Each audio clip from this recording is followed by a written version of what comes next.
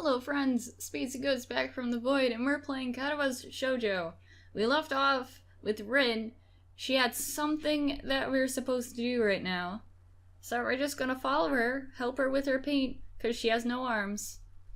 He leaves with a wave of his hand and no answer, and I walk to Rin, who has been waiting, idly, leaning against the hallway wall, and staring at the pale lighting fixtures on the ceiling. Even when I approach, she doesn't move her eyes off them. Are you getting medications for your heart thingy? Were you listening? Comes out more accusatory than I intended, accidentally lashing out on her. But even so, I don't really want to start talking about it. I just met her, and I don't know her. It's not her business. The nurse seems to be happily ignorant, but confidentially too, talking about that kind of thing in public. But it's not Rin's fault, is it? I look up at her, suddenly feeling a bit guilty, but Rin is just staring past my shoulder, quizzically, her head tilted like a bird's. Sigh. I don't know why this is so hard for me. Feels like there's some inexplicable lock that prevents me from being more upfront about this. Yeah, they're for my heart. My achy breaky heart. Will they make you feel better? No, not really. They just make me a little less worse. As do most medications. Rin keeps looking at me for a while longer, but she neither says anything further, nor displays any kind of emotion I could discern. I'm thankful that she doesn't. I think I'm not quite used to all this. At the hospital it was easy, but I still haven't sorted my feelings about having to live a normal life with this disability. We leave the main building and Rin leads us onward towards the dorm. We stop at a small patch of greenery in front of the dorm building. The dorm is built on a slightly elevated ground with a wall and a few trees that everyone has to circle around every time they come or go. It's probably the only inconvenient design of this school. The entire wall, made from some kind of the same bricks as the building itself, has been covered with some sort of painting. Most of it is mere sketches, quick lines drawn with black and white against the gray plastering that covers almost the entire length of the wall, but some places look a bit more finished. There are human faces and legs and hands. I can't quite say what the painting as a whole might portray. Stacks of what seem to be paint cans are arranged in piles on the ground beside the wall. See? The left side is hardly off the ground yet. It's because I couldn't get in the mood yesterday, so I gave up and went to meditate instead. Then it was suddenly morning. I have to work on it, but the guys from art class are helping with the negative spaces and the base surfaces whenever, which is a problem. It's easier to paint big areas if there's a lot of people, with hands. Like I don't. The reach is better. It's faster too. She goes on a tangent of a tangent, waving a little with her arm or whatever it is there actually is, to demonstrate even though I got the point already. The white kind of her sleeve flaps around, and it makes me think it would look sadder than it does. But it makes me feel out of place, like almost every tangible reminder of the student base's special properties has in the past few days. This girl doesn't notice my dreary feelings, of course, or the fact that she's lost me a while ago already, and just keeps blabbering. So that's why I'm trying to figure out if there's anything I need to figure out, and then figure that out before it's too late and all hope is lost. Why would hope be lost? Because paint has to be painted, and then has to dry, and then has to be painted over with another kind of paint. It takes time.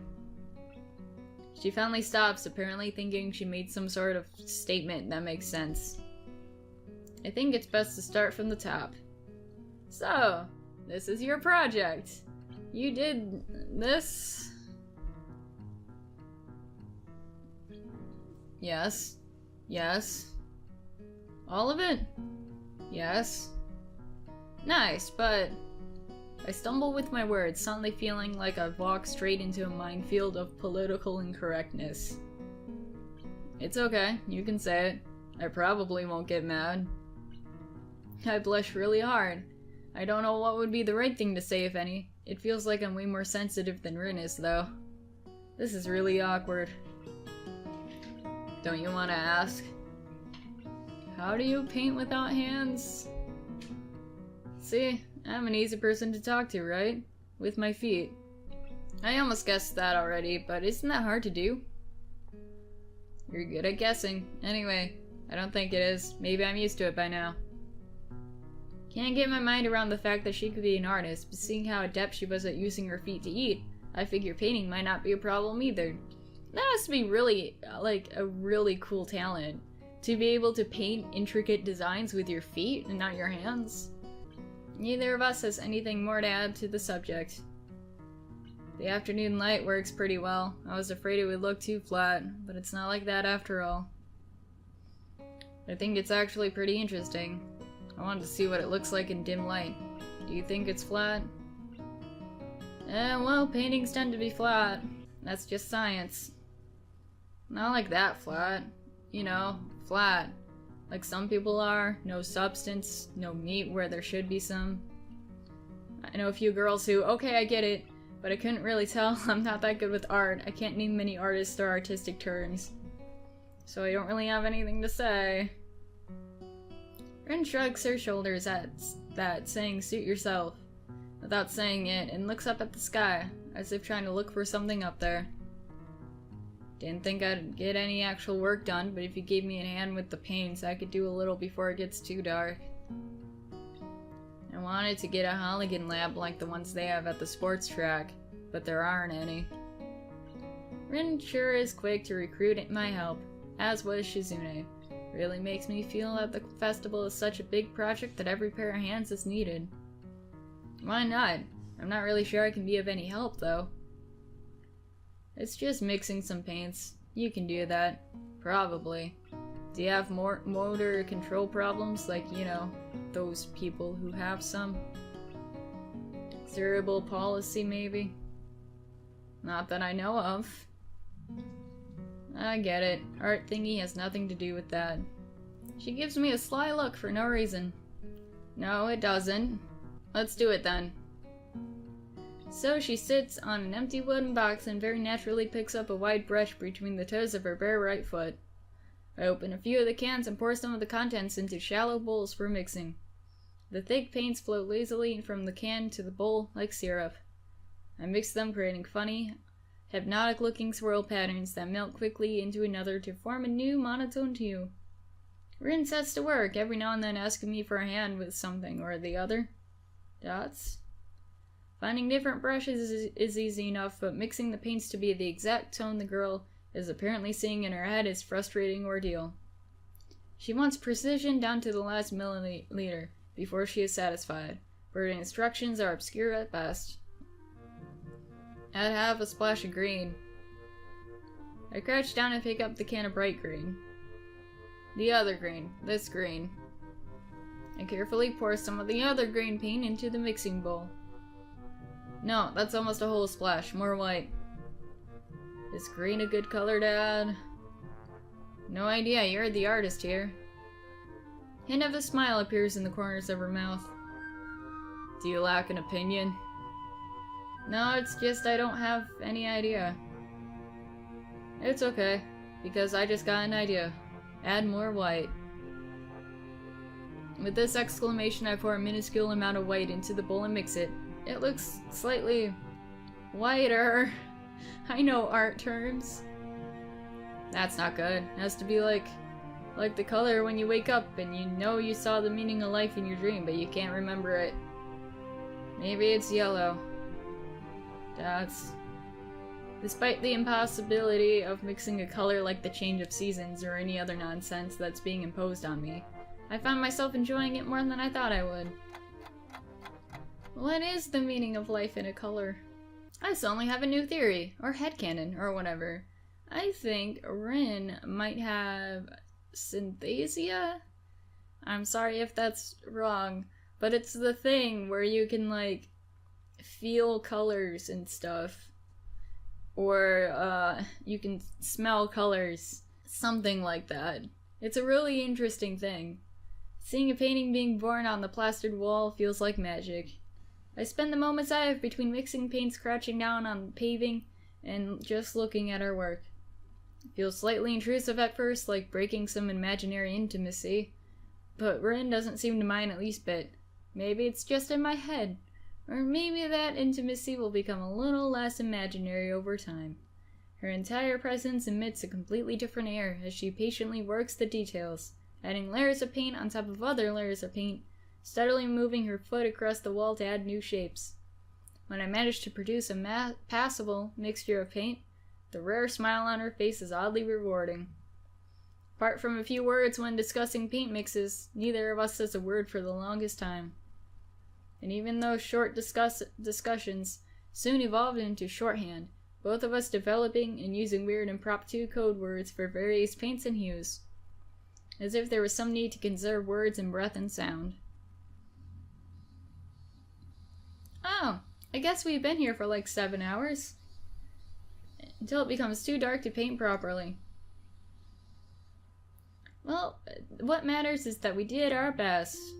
Oh, I guess we're going to bed. Oh well. No conspiracy theories from Kenji?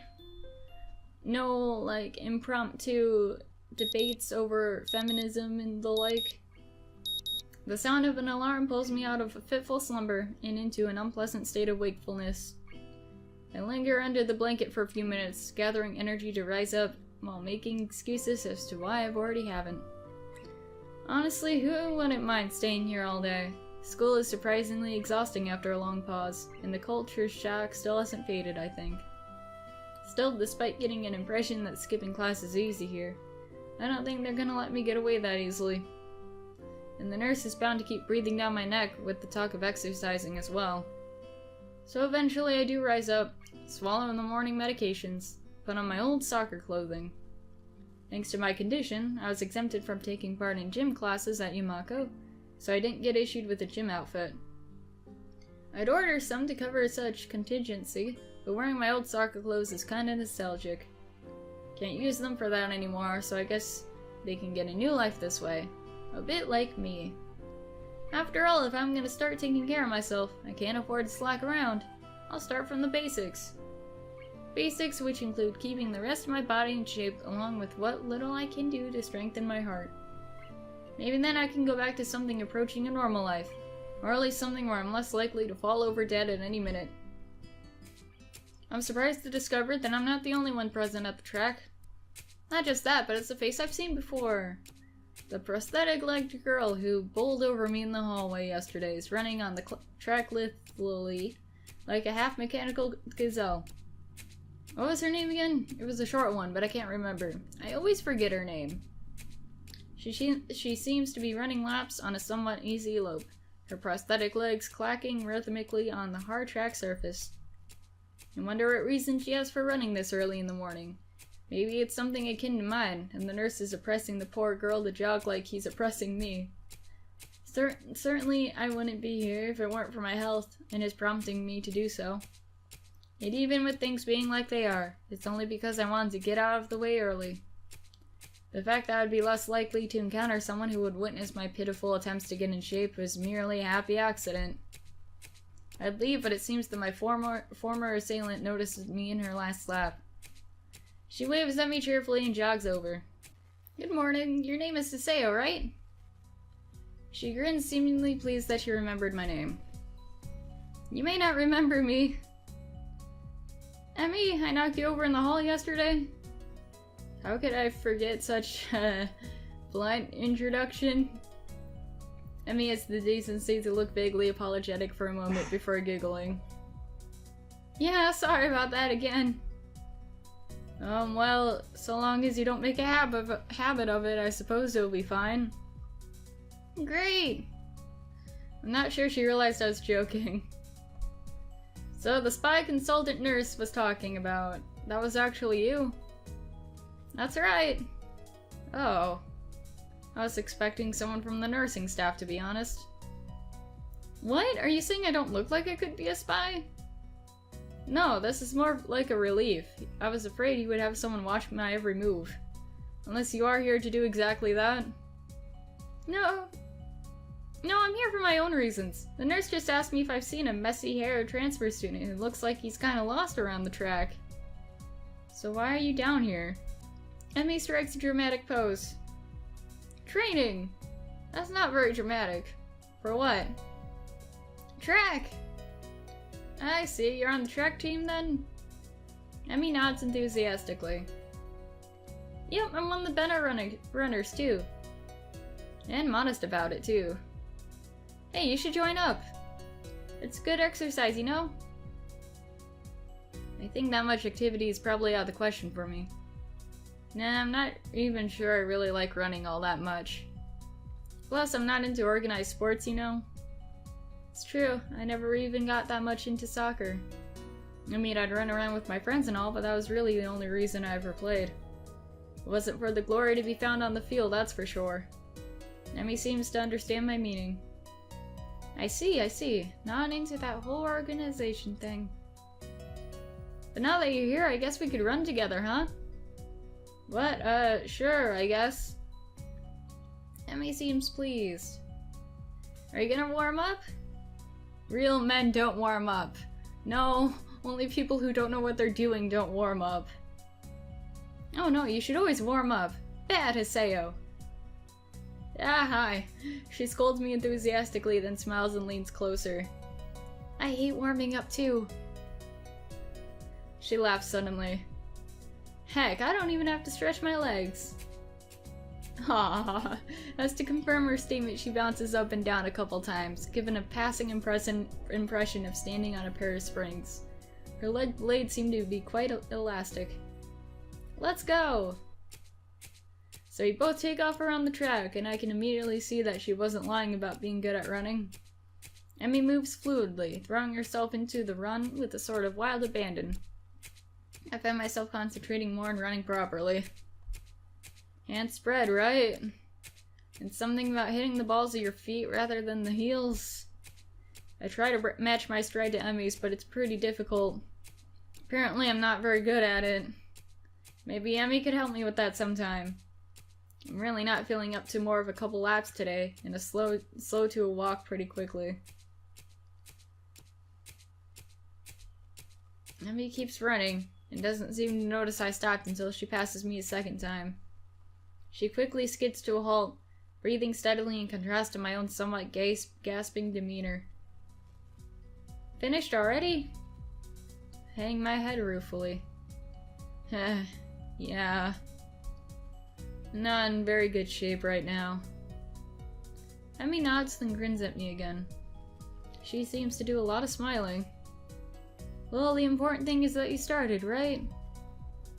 Next time you just have to try and hold out longer, and then longer, and then longer, and eventually you'll be great. I'll keep that in mind.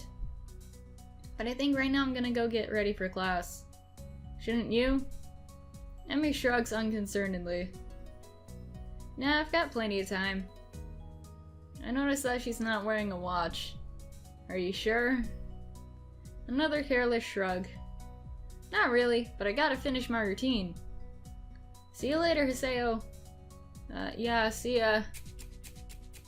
Not sure whether this morning's experiment was a success or failure, but I admit that I do feel slightly good about getting out there this morning.